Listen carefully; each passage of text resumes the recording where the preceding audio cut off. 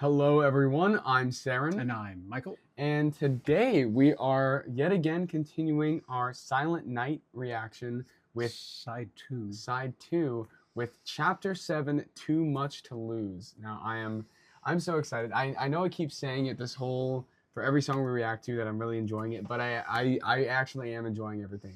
I'm enjoying this trip down memory lane. Yeah, I imagine. And for a lot of you as well, we were reading the comments. A lot of you fans are enjoying. I got an interesting question for those of you who are familiar with the songs we're playing and going through. Let us know if there's anything that you're picking up, that you haven't heard before or you didn't notice before, because I know I am. We'd love to hear it's been a while, so anything like that. Yeah. And as well, if you're really enjoying everything, make sure to subscribe. That way you get notified for all our future uploads. And without further ado, let's get straight into it. Here we go. That's a chapter.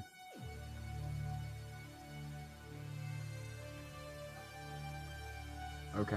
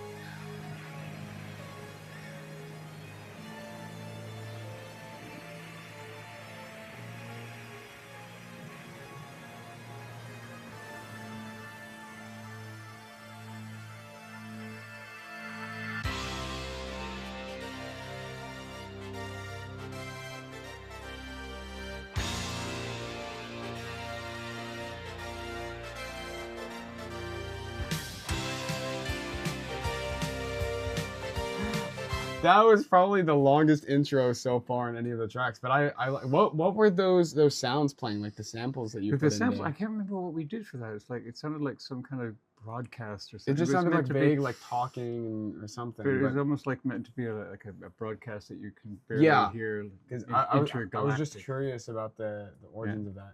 But this is definitely a chapter track. It's very dramatic, you could say, but in a good way. I like that.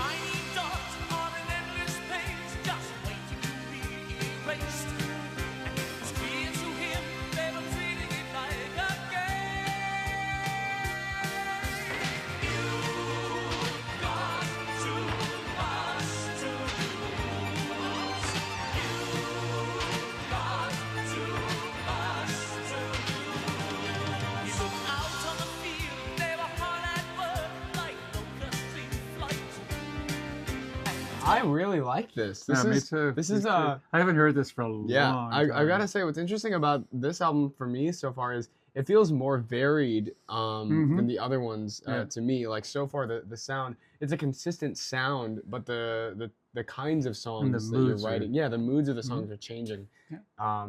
Especially with this one. This is really interesting. I haven't really heard anything sounding like this from you guys yet. Yep. And I like this a lot. That's a great note.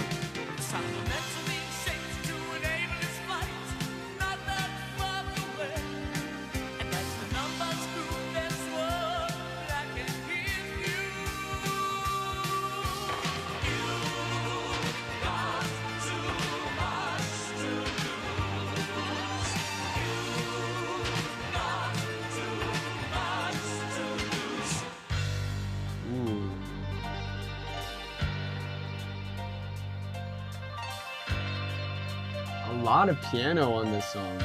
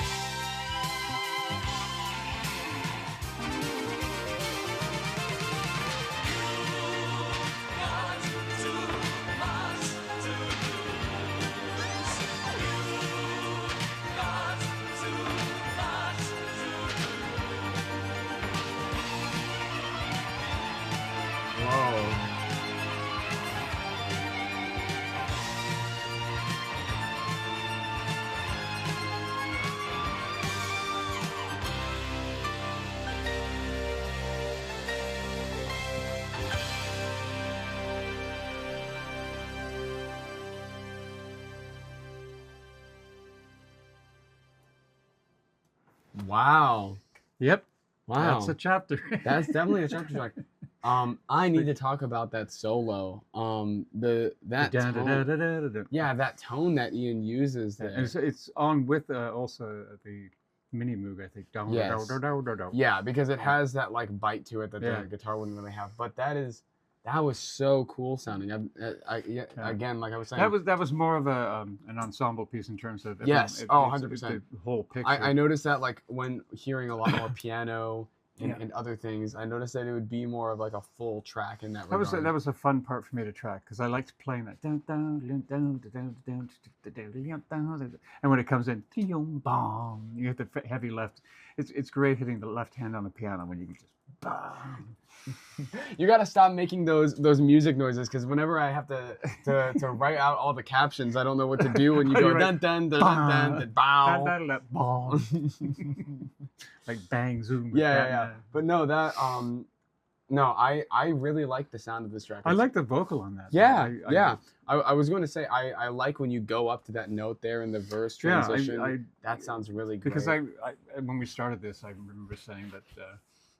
The earlier stuff singing was a bit too, I don't want to say choir-like, but choir boyish, like so proper in that. But it sounds to me like I've started to loosen up a little bit with this one, and the range of it too lends itself to those higher held notes. And I'm very fussy about my own vocal. Everybody knows that. I'm my own worst critic. Oh, definitely. You know, I cringe when I hear things back, but at the same time, I can appreciate that it's a good performance and what people hear. And hearing that one just now, I was like, oh, that's actually not bad. Yeah, no. You know? I was just about to say, I can definitely hear you loosening up more as the albums progress.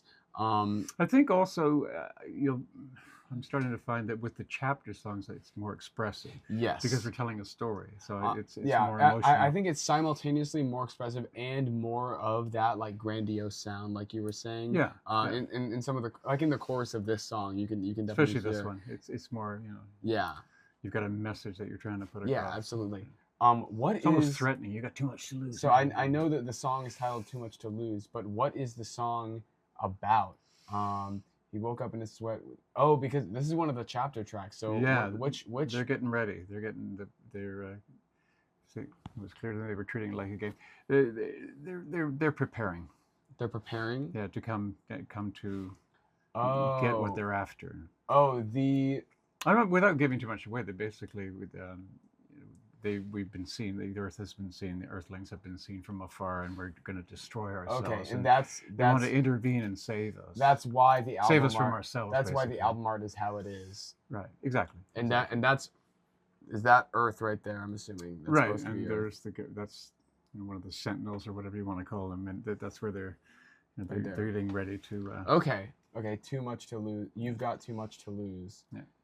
They were hard at work like locusts in flight, like locusts. I don't think you have to say like. Well, but no, that's okay. That makes more sense because I was wondering how this would connect to the other chapters. Prepping and okay. ready. And it's almost like a warning. You've got too much to lose. In other words, don't put up a fight. Exactly. Yeah. There's no point. You're not going to win. We come not that we come in peace, but we're actually coming to help. Exactly. Yeah. And you do have too much to lose if you don't. Yeah.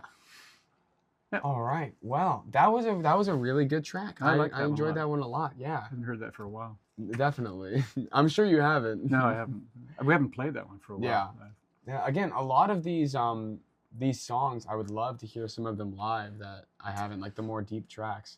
We used to play this live. It was kind of a regular. Oh, really? But you have to remember that in in the beginning when we first started touring, when you only had, say, at this point, only 3 albums to choose from, those songs got played a little more often. You had more of a limited choice. Yeah. So after 22 albums, putting a set list together, it's like, you know, do you want to play this, that, this? Yeah, there's enough popular songs off of each album that you could only do all the popular songs for a set. Or you just do a tour of old deep tracks. Right, which we've never tried doing. Yeah. Not even B-sides, just songs you wouldn't even consider doing live. I think you would want to do, like, obviously, like, there's some that you have to do. What we're talking about is possibly in the future, maybe taking the more popular ones that we play quite often, you know, like You Can't Leave the Building Without Playing That song. Yeah. And doing like mashups of them and doing little, like 2 or 3 together. So you're satisfying that part of it without playing the full on song. I do enjoy when people do that. I think that would be really a fun idea. You do it the right way. Yeah. We did that to a degree with Symmetry. Yes. Yeah. All right. Well, we hope all of you enjoyed this video. Please do share your thoughts on this song as well. Comments. Any questions? Like we said, we love hearing when any of you have a new thing you discovered about the song. Absolutely. Those are some of our favorite comments. Just thank you so much, everybody. And again, make sure to like, comment, and subscribe if you want to see more. And we will see you all in the next video. Help me out. Thanks for watching. Thank you.